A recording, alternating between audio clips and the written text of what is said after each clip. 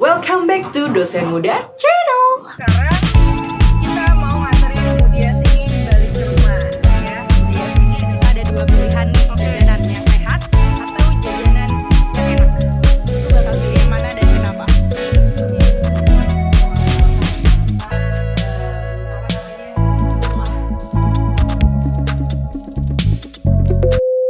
Balik lagi dalam program Buka-Bukaan. Mari kita bongkar. Apa yang mau kita bongkar pada hari ini? Kita akan bongkar tentang kinerja dosen itu apa, sehingga dosen itu patut untuk dihargai. Oke, berdasarkan peraturan, tentunya kinerja dosen meliputi 3 hal, yaitu tridharma pendidikan. Yang pertama, pendidikan. Yang kedua, penelitian. Dan yang ketiga adalah pengabdian. Kalau pendidikan, tentunya kita bahas tentang pengajaran dan sebagainya.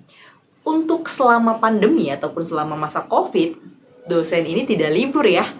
Dosen tetap mengajar. Hanya saja biasanya mahasiswanya kemudian dirumahkan atau kuliah online atau kuliah daring bahasanya. Untuk selama masa pandemi kemarin memang Kementerian Pendidikan juga masih sama-sama belajar, sehingga masih banyak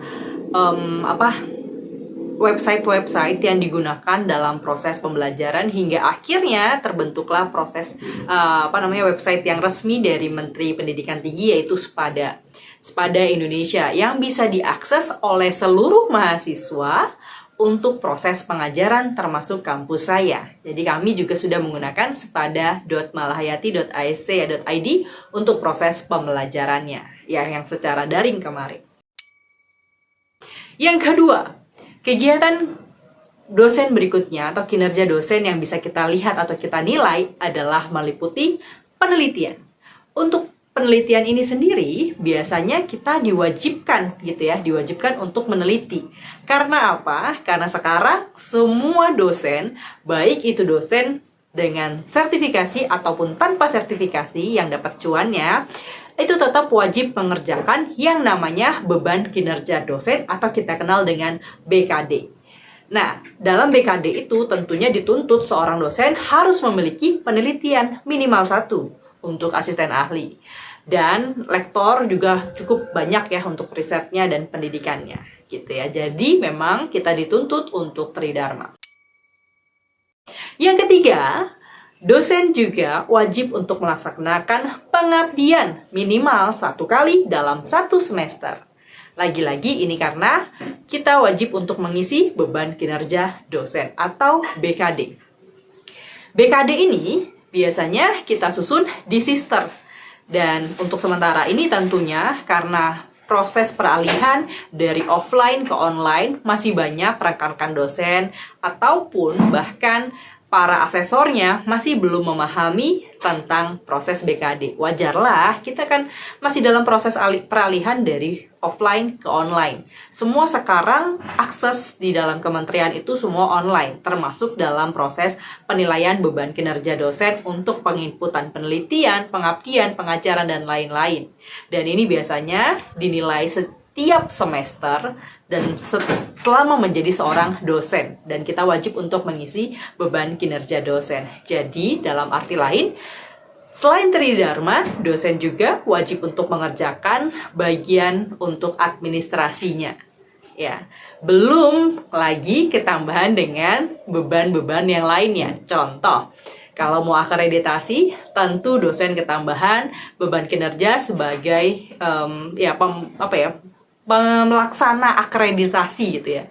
Karena meskipun gimana pun juga yang paham seluk-beluknya pendidikan itu adalah tentu seorang dosen.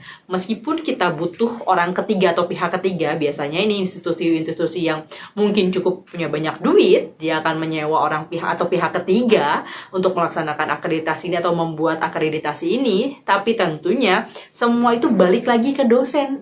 Karena dosenlah yang tahu seluk-beluknya, yang tahu RPS-nya, yang paham lain-lainnya. Meskipun sekarang dengan kemajuan teknologi, hebatnya sekarang RPS semua bisa dikumpulkan dalam satu drive dan bisa diakses kapanpun ya prodi itu butuhkan. ya. Jadi, dalam arti ini cukup banyak sebenarnya ya kinerja dosen yang bisa kita lihat dan nilai, rekan-rekan semuanya. Dan mungkin teman-teman yang lain yang membaca atau melihat video ini juga bisa menambahkan apa sih beban kinerja dosen yang lainnya. Belum lagi ketambahan sekarang-sekarang ini karena semua teknologi tentang teknologi tentang pendidikan, penelitian, dan pengajaran ini semua harus di-online-kan. Gitu ya, nanti mungkin sambil akan ada tulisan-tulisan di atas gitu ya yang membantu untuk proses apa saja sih sebenarnya aplikasi-aplikasi atau website yang digunakan oleh seorang dosen. Ya, kalau tadi sudah saya sampaikan website untuk pendidikan yaitu Sepada.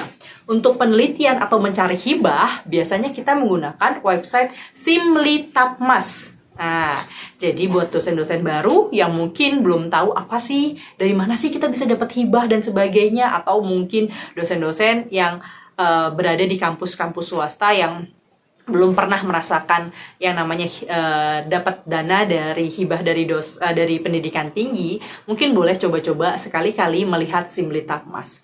Di Simlitapmas sesungguhnya itu banyak banget alternatif ataupun ruang-ruang untuk dosen memperoleh pendanaan selain daripada penelitian.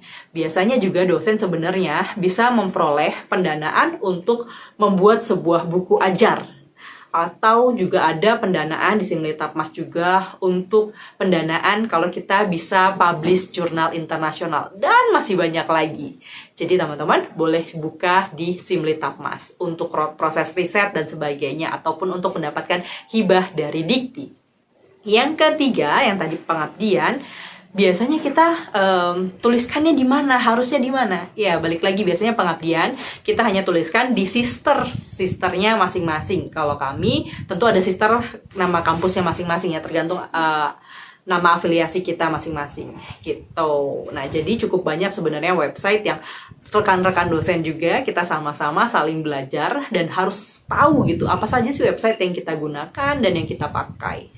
Belum lagi ketambahan sekarang kita harus belajar juga kalau di penelitian dan bisa diklaim di penelitian itu kita harus belajar tentang Google Scholar. Ya kan, itu kan untuk mengklaim riset-riset sehingga Google Scholar seorang dosen juga itu wajib diaktifkan gitu. Terus juga ada yang namanya dari Google Scholar nanti ada Sinta. Nah, disinilah tempat dimana seluruh publikasi dosen itu ditampilkan. Nah, gitu ya. Jadi dari Google Scholar nanti akan di refresh atau ditampilkan di Sinta. Sinta inilah adalah salah satu website resmi dari pemerintah untuk tadi mengkategorikan seorang dosen itu sudah sejauh mana risetnya dan bagaimana. Gitu, jadi cukup banyak sebenarnya website yang harus dipelajari. Mudah-mudahan ini kedepannya juga bisa jadi masukan bagi Dikti bahwa kita akan ada satu website yang bisa mengsinkronisasi seluruh kegiatan kita. Tapi memang pasti cukup berat. Ya, mudah-mudahan aja siapa tahu nanti kita ada. Karena perkembangan zaman kita nggak pernah tahu ya sejauh mana teknologi ini mampu untuk menampung dan lain-lain. Gitu ya. Dan mungkin ini sekaligus saya karena tadi sempat masuk ya tentang Simlitapmas, mungkin juga usulan ya mudah-mudahan video saya ditonton oleh salah satu pelaku kebijakan yang ada di Dikti. Ini berkaitan dengan Simlitapmas karena minggu kemarin dosen ini sedang dihebohkan ya.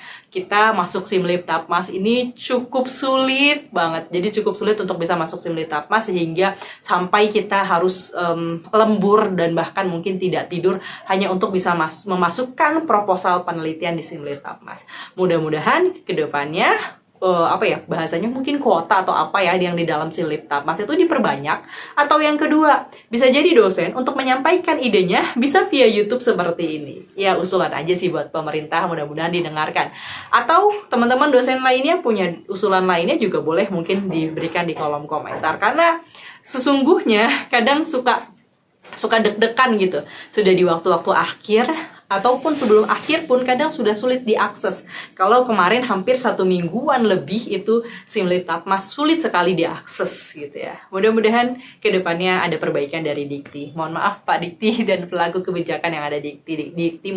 Mudah-mudahan ini masih bisa didengarkan atau masih bisa mendengarkan suara rakyat ataupun suara dosen yang seperti kami yang masih menunggu hibah dari pemerintah. Oke, sekian dari saya tentang buka-bukaan tentang kinerja dosen. Jadi kalau ditanya, apa sih kinerja dosen? Emang kinerja dosen kamu ngapain aja selama pandemi? Wow, banyak sekali kinerja dosen. Jadi jangan sampai para pelaku pengambil kebijakan itu bertanya, kinerja dosen kamu apa selama pandemi? Banyak jawabannya. Oke, sekian dari saya. Assalamualaikum warahmatullahi wabarakatuh.